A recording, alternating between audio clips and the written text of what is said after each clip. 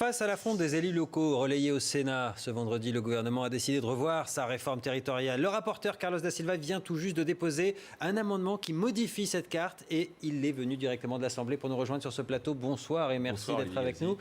Face à vous, Jean-Christophe Fromentin, député maire UDI. Vous travaillez depuis longtemps sur ces questions de cartes et la dernière fois, vous aviez très bien débattu et de manière très courtoise sur ce plateau.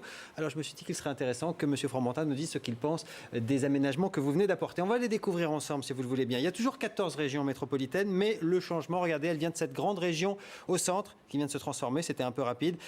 C'était la grande région centre Poitou-Charentes-Limousin. Le Limousin quitte cet ensemble pour être désormais rattaché à l'Aquitaine. Pourquoi ce changement un mois à peine après avoir proposé la première carte? D'abord, il ne faut pas se tromper de qui a proposé quoi. Le gouvernement avait proposé une carte qui était allée au Sénat, qui, dans une alliance contre nature et improbable entre l'UMP, beaucoup d'UMP d'une part, et le Parti communiste d'autre part, avait d'abord modifié la carte, puis ne l'avait pas adoptée. Et donc moi, comme rapporteur, nous avons une commission des lois mercredi, il fallait bien que nous discutions sur une carte. Il y avait donc deux possibilités. Soit le gouvernement déposait une carte, soit je déposais une carte. J'ai souhaité déposer une carte. Mais vous le faites en accord avec le gouvernement? Je le fais en accord avec le gouvernement. Pourquoi? Parce que depuis 2 semaines, j'ai auditionné les 4 principales forces politiques par région de France. J'ai rencontré presque une centaine de conseillers régionaux. Et donc j'ai vu ce qui faisait consensus, ce qui faisait dissensus et qui était immédiatement surmontable, et ce qui n'était pas encore suffisamment mûr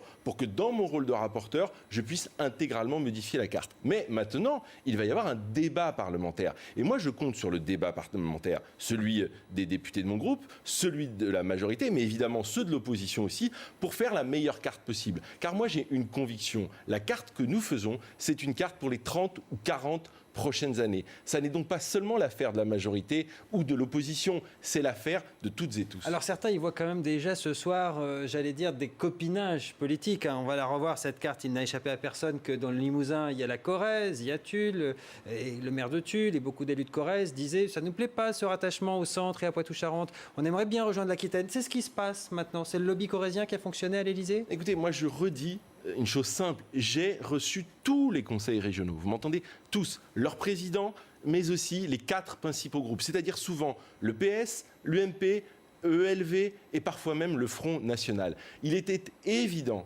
que le Limousin ne souhaitait pas être dans cette grande région et que l'Aquitaine, sans être spécialement demandeuse, était capable d'aller vers cette union. Et donc ça me paraissait Elle aurait même souhaité Poitou-Charentes, mais Ségolène Royal ne voulait pas en entendre parler. Non, mais détrompez-vous. C'est pas ça l'histoire. Aujourd'hui, les élus régionaux de Poitou-Charentes, comme les parlementaires, n'ont pas une position unanime. Mais le débat va commencer en commission des lois. Il aura lieu dans l'hémicycle. Et là, nous verrons bien, au fond, de quel bois se chauffe qui. Jean-Christophe Fromentin, vous aviez pas mal critiqué la première carte faite sur un coin de table au dernier moment par accord politique, avez-vous dit. Est-ce que là, la démarche de M. da Silva, est-ce que cette nouvelle carte qu'il nous présente ce soir, ce petit changement, vous l'aviez noté d'ailleurs à l'époque, cette grosse région qui signifiait pas grand-chose, est-ce que vous dites, on va dans le bon sens? Écoutez, non, moi j'étais un peu surpris d'apprendre qu'il y avait une nouvelle carte comme ça qui arrivait ce soir. Moi je crois que cette approche, elle a deux inconvénients ancrés même dans le sens de la démarche, c'est qu'on part, on fait une carte avant de mettre les compétences. Les compétences, c'est un sujet qui va venir dans quelques mois. Donc moi je ne connais pas une organisation où on fait le modèle avant de savoir quelles compétences on va mettre. On a dissocié les deux débats. Ensuite, on fait une carte vue de Paris.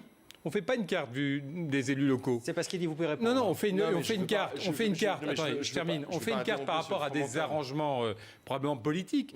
Mais la carte stratégique, vue par les territoires, supposerait que d'abord, on ouvre un découpage au moins sur le maillage le plus serré, c'est-à-dire au moins le maillage des départements. Ouvrir sur des blocs régionaux, faisant du maillage départemental un seul droit d'option qui va être ouvert sur une fenêtre de tir dont on ne connaît pas encore très bien. Ça va changer, on va en parler. Mais on est quand même... Attends, je termine. On est quand même dans une démarche parisienne qui se bricole à chaque fois. Ce soir, on a une carte. Il y a eu la carte faite dans l'Élysée il y a quelque temps. On est dans une démarche où on a dissocié la carte des compétences. C'est quand même extraordinaire. Et c'est comme si on achète un immeuble avant de savoir ce qu'on va mettre dedans. Alors, on achète un immeuble avec un rapport à ce qu'on va mettre dedans. Moi, j'ai du respect pour tous les parlementaires. Et donc, Jean-Christophe Fromentin y compris.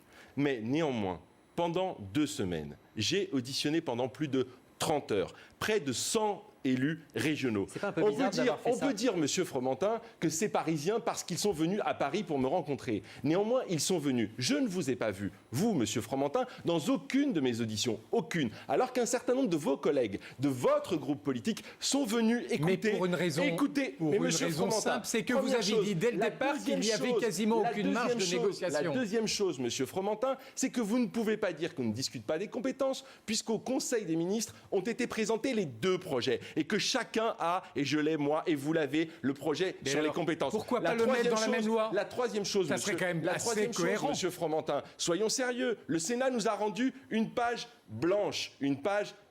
Venez l'écrire avec nous, monsieur Fromentin. Je pense que c'est un projet d'intérêt général. Il fallait commencer par venir écouter les conseillers régionaux, monsieur Fromentin. Je suis d'accord sur le fait que je regrette que le Sénat n'ait pas travaillé sur une contre-proposition. Moi, effectivement, casser l'article 1 et ne rien proposer n'a aucun sens, surtout pour une chambre qui se dit être la chambre des territoires.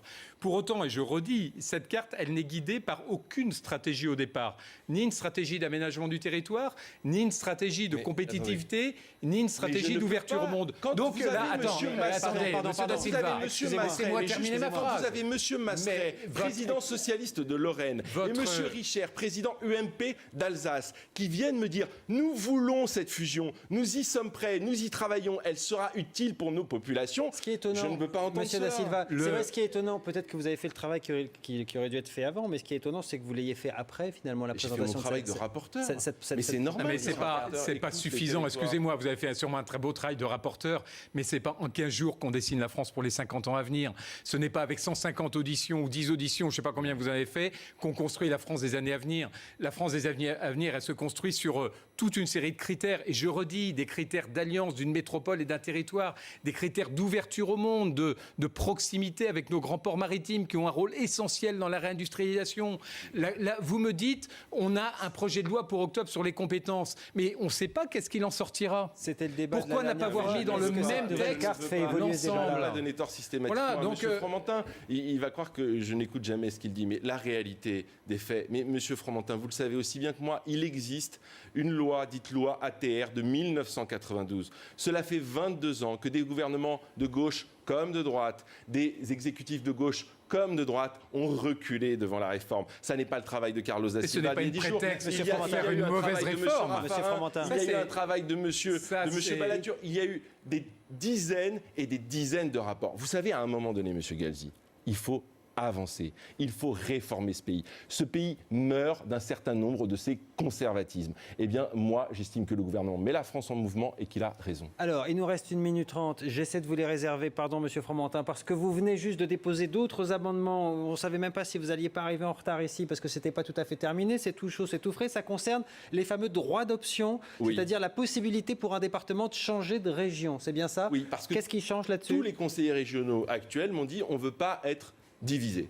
Pourquoi? Parce qu'on a fait un beau travail au service de nos populations. Mais en même temps, d'autres régions disaient mais on veut peut-être bien aller récupérer l'autre département qui est à côté. Mais ça, c'était niette jusqu'à présent. C'était très compliqué. Il y avait à la fois des votes des assemblées... André Valigny, sur ce plateau, a dit on changera tout, sauf les déplacements par département. Moi, je vais proposer à la commission des lois, puis après à mes collègues dans tout l'hémicycle, qu'il y ait un droit d'option limité dans le temps, pour pouvoir aménager les régions, pour pouvoir corriger ce qui éventuellement ne fonctionnerait pas. Activable quand? Et ce droit d'option, qui sera activable probablement, mais ce sera en débat, de 2016 à 2020, eh bien, ce droit d'option, il permettra quoi? Il permettra à un département, s'il recueille l'assentiment des deux régions et s'il a lui-même son assemblée départementale qui en décide, avec une majorité des 3/5, comme d'ailleurs il le faut pour modifier la Constitution, pour s'assurer que ça n'est pas un projet politicien, mais un projet d'intérêt général, il pourra changer de région. Vous savez que vous ouvrez la boîte de Pandore avec ça, c'est ce qu'avait dit André Valigny. Si on a le droit d'option, on n'est pas au bout de nos peines avec ce texte. J'ai la conviction que ce n'est pas la boîte de Pandore parce que ça reste limité. Votre réaction très rapidement? Non, ce texte n'est pas encore une fois critérisé, il ne mène aucun cap, cette carte est erratique, elle sort du tiroir, je crois qu'on aura des débats intéressants parce qu'on va dans la mauvaise direction sur ces bases-là. En tout cas, merci monsieur Da Silva d'être venu sur ce plateau et d'avoir choisi ce plateau, cette émission EI Télé pour nous annoncer cette nouvelle carte et ce droit d'option. Donc vous l'avez compris, pour tous ceux qui nous regardaient, les départements pourront changer de région s'ils le souhaitent avec les conditions que vous avez fixées. Voilà, vous restez avec nous juste après la pause, la météo, on se retrouve.